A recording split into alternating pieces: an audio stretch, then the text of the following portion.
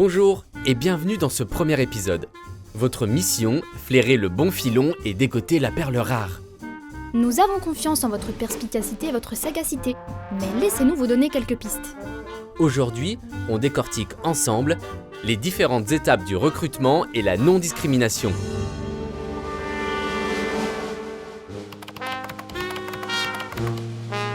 Dans le cadre du principe d'égal accès aux emplois publics, l'employeur est tenu de suivre une procédure de recrutement transparente et non discriminatoire. Pour cela, il doit se conformer aux règles régissant l'emploi à pourvoir et fonder son recrutement uniquement sur les compétences et les aptitudes du postulant. Chaque étape de la procédure doit être guidée par des principes d'objectivité, de bienveillance, de transparence et de traçabilité. Il convient pour cela d'utiliser un document de référence connu sous le nom de grille d'analyse d'entretien ou tableau de suivi des entretiens. Le processus de recrutement se divise en 6 grandes étapes permettant à l'employeur de trouver le candidat correspondant au poste vacant. En premier lieu, vous devrez identifier précisément les besoins de compétences du service ainsi que les caractéristiques du futur poste. Dans un second temps, vous pourrez rédiger et diffuser votre annonce sur les canaux de communication les mieux adaptés à votre cible. La troisième étape consiste à faire une présélection des profils en fonction des éléments reçus, comme le CV, la lettre de motivation ou autre. La quatrième étape est celle de l'entretien. Elle permet d'évaluer et de classer les candidats en fonction de leurs compétences et de leur motivation.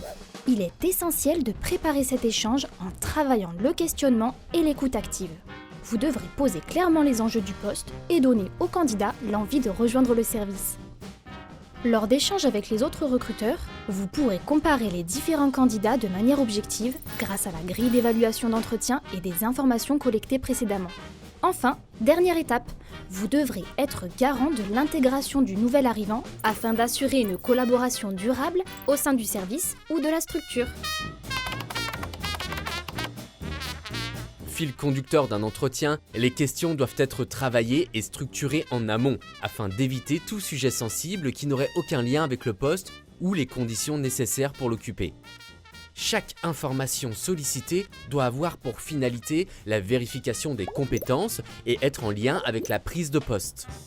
Toute remarque qui pourrait contraindre le candidat à donner des informations personnelles sur sa vie familiale, ses origines ou encore ses opinions politiques sont à proscrire. Le candidat n'aurait d'ailleurs pas obligation à y répondre. Certaines informations personnelles pourront être abordées en cas d'embauche, mais uniquement dans l'intérêt du candidat retenu. Par exemple, pour la mise en place de ses droits sociaux. Si, malgré tout, ces informations venaient à être révélées de manière spontanée par le candidat ou autre, CV, réseaux sociaux, vous n'en tiendrez pas compte lors de l'évaluation de la candidature. Voilà, vous en savez maintenant plus sur les différentes étapes d'un recrutement conforme et non discriminatoire. C'est tout pour aujourd'hui. À bientôt pour un nouvel épisode.